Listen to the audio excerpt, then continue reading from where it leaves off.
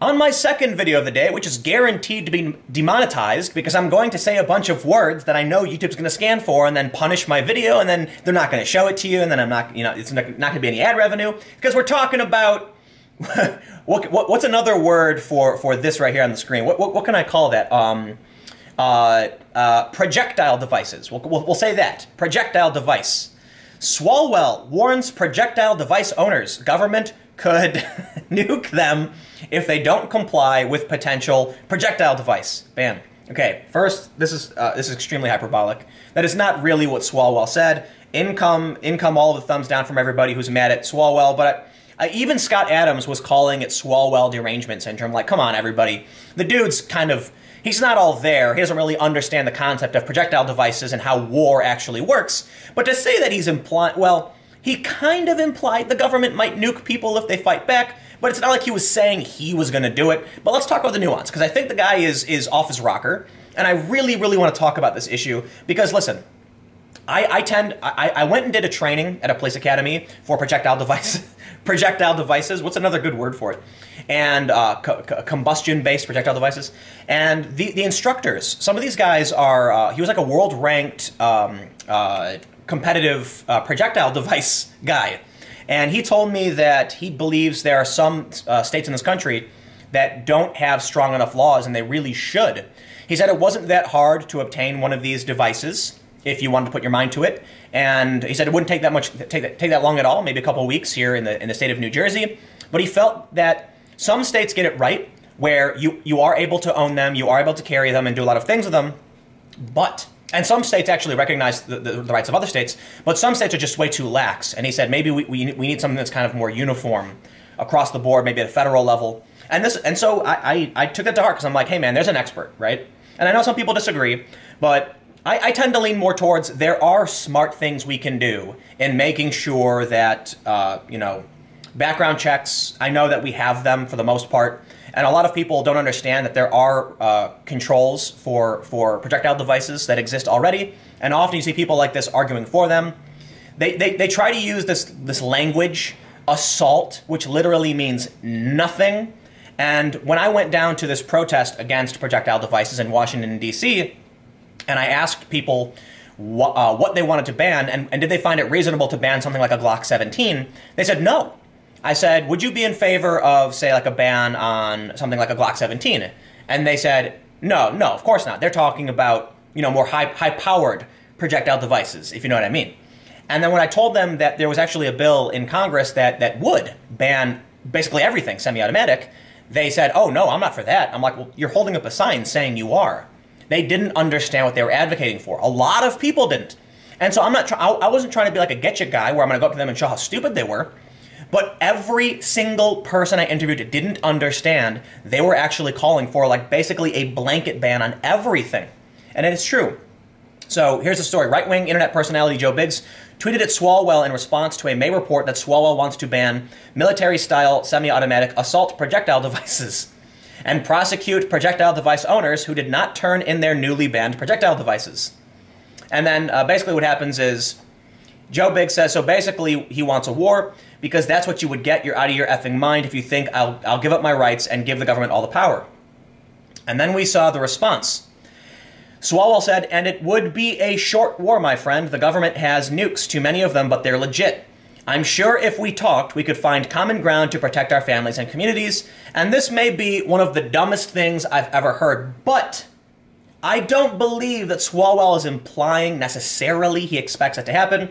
What he's trying to play up is this ridiculous trope where people on the left have no concept of how conflict actually works. You see this thing right here? This paper is an expensive piece of paper from when I went to what's called heat training, hostile environment training, okay?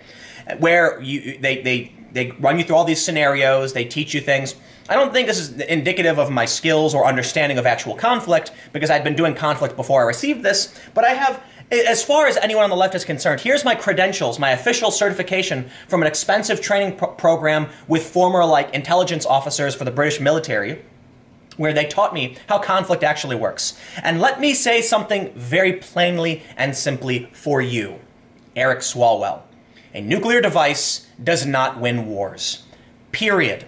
A nuclear device can only wipe out a country. Okay? Nuclear devices cannot enforce curfews. They can't patrol streets. And that's why the United States military, in all of its glory, has had such trouble in Iraq and Afghanistan and places like Vietnam in the past. Because a tiny fraction of people with simple projectile devices are damn near impossible to actually deal with, no matter how powerful your weapon is. Even fighter jets, no matter how advanced our military is, sure, we've got cruise missiles, we've got MIRVs. You know what a MIRV is? A multiple independently targeting re-entry vehicle can carry, I believe, 8 to 12 warheads. One of these can wipe out 8 to 12 cities on the eastern seaboard. It launches into the stratosphere, drops its payload, and it can spread across, I believe, like 1,000+ miles. Okay, each of these warheads. The common device today, held by Russia and the US, is 1,250 times more powerful than the devices used on Hiroshima and Nagasaki. What can you do with that? Sure, you can end a war by wiping out your country. It is not an appropriate response. It's really annoying, okay? Because the reason that Americans have the right in the Second Amendment is not to oppose a tyrannical government. No. Does it help against that? For sure. Because you'll always see these dictators want to take away projectile devices from individuals before they start, wiping people out. Absolutely. So it does, in effect, have that deterrent. But the reality is, no one, I assure you, no one could implement a ground invasion successfully of the United States because there's just way too many people who own projectile devices, if you know what I mean. I was looking at something today where basically I think there's something like 400 million in the US, and like combined of all of like the global militaries, it's only somewhat comparable to that. Like the US military I think has something like 2 million and then like, or maybe 20. So basically the citizens of the US hold so many of these things. No country is ever going to set foot and invade our territory. Sure, you can go somewhere like Alaska, maybe in the middle of nowhere where there's very few people, or come into a totally rural section of California. The eastern seaboard is pretty much dominated by people, so I really doubt you're, like, that was the point of the Second Amendment. A well-regulated militia, which is necessary for a free state, the right of the people to bear arms shall not be infringed. The general idea, and I've read up on this a decent amount, is that a militia could be called forth of individuals who own these things, who own these devices, and thus you could have a militia. The point was not that the Second Amendment was required, that a militia was required. The idea was that let people own these things, so if we ever need them to form a militia, they're equipped, they're regulated, plain and simple. And because of this, you'd be a damn fool to try and launch a ground invasion on the US.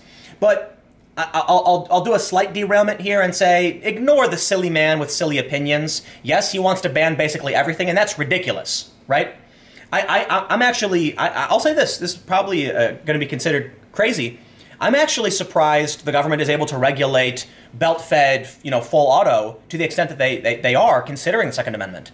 It would seem that Second Amendment is not absolute. I don't necessarily disagree with that. I'm just surprised that's where we've ended up. I think it's absolutely silly to what they're doing. It freaks me out. My God, I'm from the city, right? I'm somebody from Chicago who knows full well what these things the problems these things have wrought on Chicago. Illegal, mostly.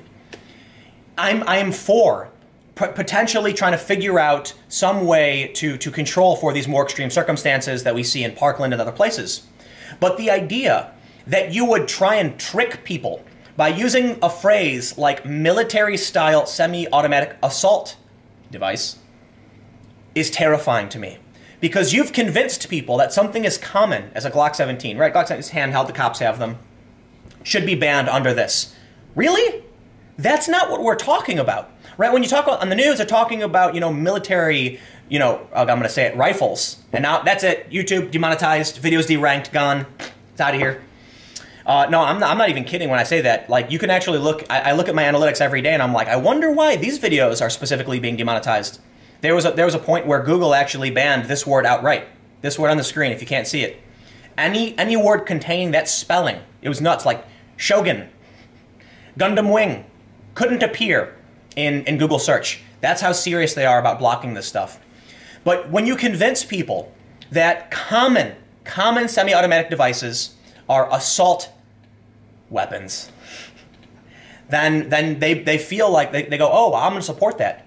Because they don't read the bill. I read the bill, I was like, whoa, whoa, whoa, you want to ban everything? Like, the only thing you'd be able to own is like a single round bolt action rifle. Like, okay, that's a bit extreme, right?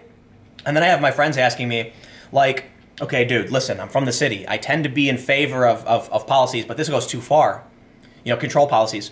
And I have friends asking me, is there ever any reason to own one of these things? And I'm like, yeah, like home defense. There's a bunch of different devices that are effective for home defense. Like, seriously? I lived in the middle of nowhere in Miami, and what am I supposed to do? Just call the cops and then wait 40 minutes? Seriously, I was like, 15, 20 miles away from the nearest police department or something. Maybe not, maybe it was like 10 or 15. But it would take them like a half an hour. So it's like when someone broke into my yard and it really happened, I'm like, what am I going to do? Sit around and do nothing? Right? I didn't actually own it. I had an air pressure pellet 22.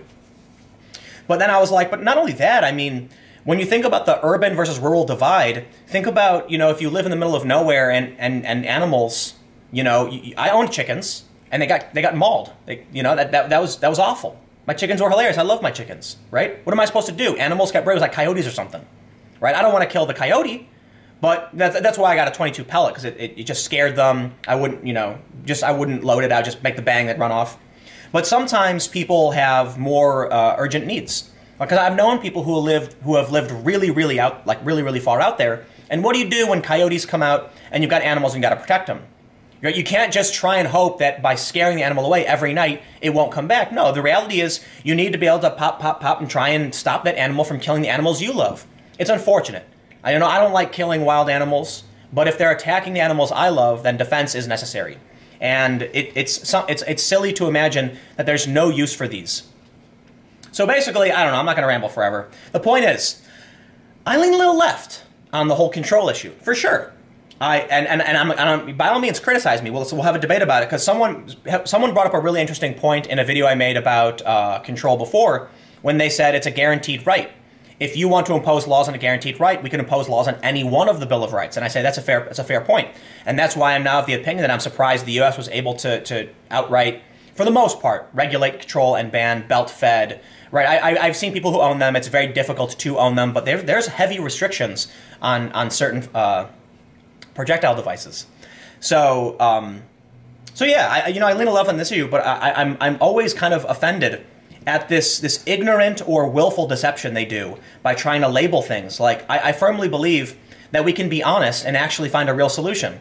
But it's people like Swalwell who want to lie and manipulate people, and who also don't seem to understand how conflict actually works. This is the most... It would be a short war, my friend. No, it wouldn't. Absolutely would not. It'd be a really long, drawn-out war, like the 15 years we've spent in Afghanistan. How about that? Seriously? Anyway, I got one more video coming up in just a few minutes, so stick around.